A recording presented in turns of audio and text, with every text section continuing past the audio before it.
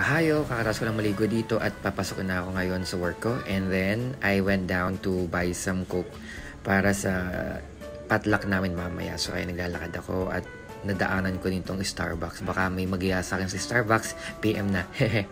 So, nandito na ako sa 7-Eleven and then may mga alak. Shot na ba? Then, ito may bumili ng coke. And then, palakad na public sa office. And then, ito na yung potluck namin. So, ito lang kinain ko kasi hindi ako makain ng baboy. I forgot to say about dun sa OOTD ko. And then ito yung favorite ko na peach tea na galing Japan. Tignan nyo dito guys. Feel na feel ko kasi dalawa lang meron ako. Tignan nyo, dalawa lang kasi meron, di ba? Enjoy na enjoy. And then, pauwi na ako galing work.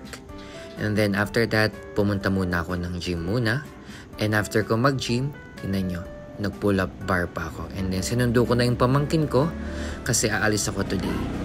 So, syempre, sabi ko sa kanya, kaway ka sa camera, kaway ka.